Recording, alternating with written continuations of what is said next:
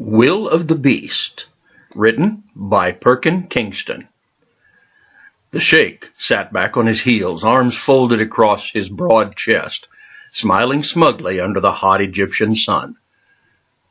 "I told you he was a man's beast." The stallion snorted and whirled, racing along the arena's back wall, kicking up sand. "We call him the Widowmaker."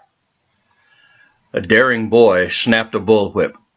Perkin watched as the horse snaked his head at the young groom and pinned him with his black eyes. The boy barely leapt back over the railing in time when the animal charged.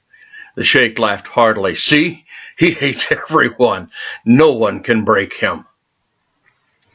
"How much do you want for him?" Perkin finally asked, after watching the stallion loop the perimeter once more, ears pinned, challenging any onlooker that wished to step back into the space. "I would almost pay you to take him." The ornately dressed man said this as he studied Perkin. "But he is a good bit of horseflesh. I might get a hefty amount from the butcher." He rubbed his thick black beard as if in contemplation. 20 silvers, yes, 20 silvers. Done. The sheik whistled and waved a hand. 5 men with lassos leapt into the arena. The stallion fixed his sights and bared down on one just as a noose looped his neck. A second lasso was hurled through the air. The horse reared in protest as 3 more tightened around his throat. Eyes wide with rage, the steed struck out, nearly making contact with one man's head. A 6th man raced into the fold with the whip. He cracked it across the animal's flank, causing the stallion to snort and rear again, this time yanking one man clear off the ground. The man hit the ground like a bag of rocks, and the whip sounded again and connected with the animal. "Stop!" Perkin yelled, but the man with the bullwhip only struck out again and again, consumed in his panic. Perkin jumped the wall, stormed across the space, and before the Arab could get another strike in, Perkin had yanked the device from his hands and elbowed him in the face. The idiot fell to his knees, clutching his nose as blood ran in rivulets around his fingers. "Release him at once!" The men all stared at him in disbelief. "Now!" he shouted.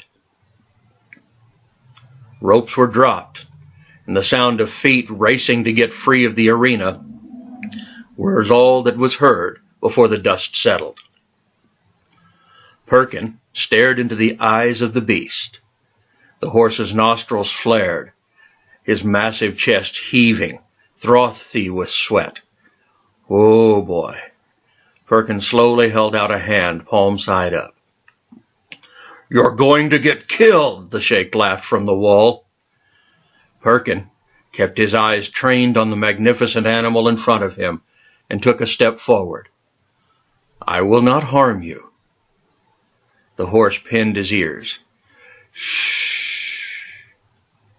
Perkin took another step, clearly aware that he was well within striking distance now. "I'm not like them." Silence enveloped them.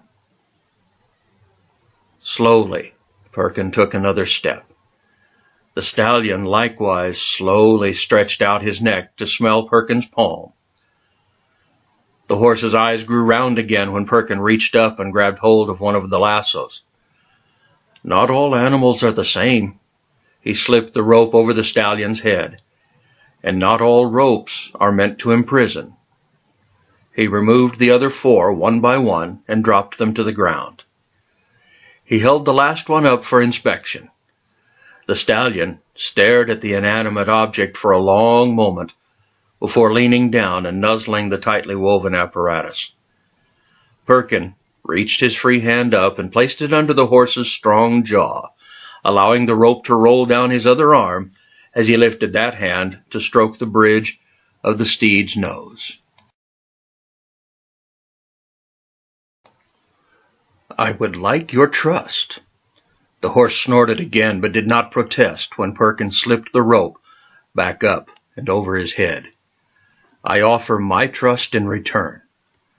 Not allowing the rope to tighten, Perkin took a step back. The horse moved with him. Slowly he turned so that he was side by side with the 16-hand Arabian stallion. A quiet understanding seemed to pass between them as they walked toward the gates, towards the gaping mouths of everyone. Perkin nodded to Captain Smitty to pay the sheik as he passed. You cannot break power. You can only connect to it. He walked on. The man's self-assurance must be equal to the will of the beast.